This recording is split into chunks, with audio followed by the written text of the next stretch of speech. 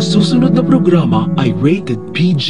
Ito ay nangangailangan ng patnubay at gabay ng magulang para sa mga batang manonood. Game over na ang kasamaan ni Moira sapagkat mabubulok na siya sa kulungan at magsisimula na ang kalbaryo niya dahil magkakaharap niya si Madam Lotus ng selda. Masaya-masaya na si Giselle dahil napakulong na nila ang nagpakidnap sa papa nila, kaya lang may pangamba pa rin si Giselle dahil marami pa rin galamay si Moira sa labas. Panatag si Moira na hindi siya magtatagal sa bilangguan dahil marami siyang koneksyon sa labas na kaya siyang patakasin dahil iba-blackmail niya sina Carlos at Zoe. Si Carlos at Zoe na lang ang huling pag-asa ni Moira para makatakas at wala silang choice kundi sundin ang lahat ng gusto ni Moira kung ayaw nilang malantad ang sikreto nila.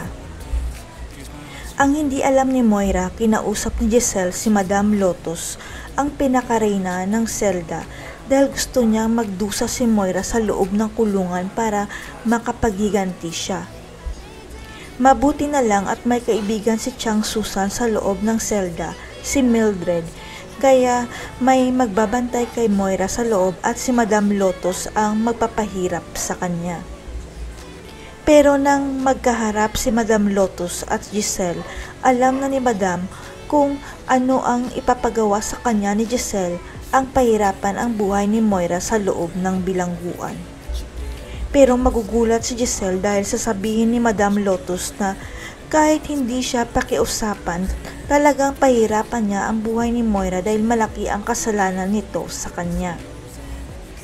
Dahil ang hindi alam ng lahat, si Madam Lotus pala ang kapatid ni Lynette sa ina dahil pareho silang mistisa katulad ng nanay nila, kaya lang nagkahiwalay silang dalawa.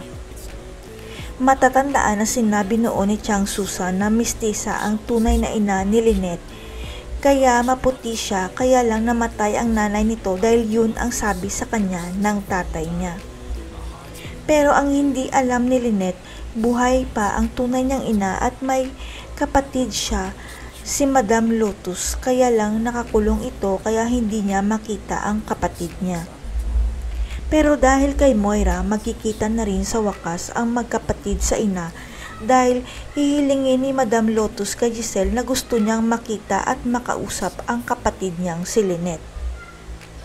Sa unang pagkikita ng magkapatid sa ina, sasabihin ni Madam Lotus kay Lynette na ipaghihiganti kita kay Moira dahil ako ang ate mo dahil magkapatid tayo sa ina.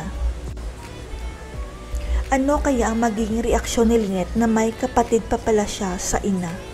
Mamamatay na kaya si Moira sa kulungan dahil pahihirapan siya ni Madam Lotus?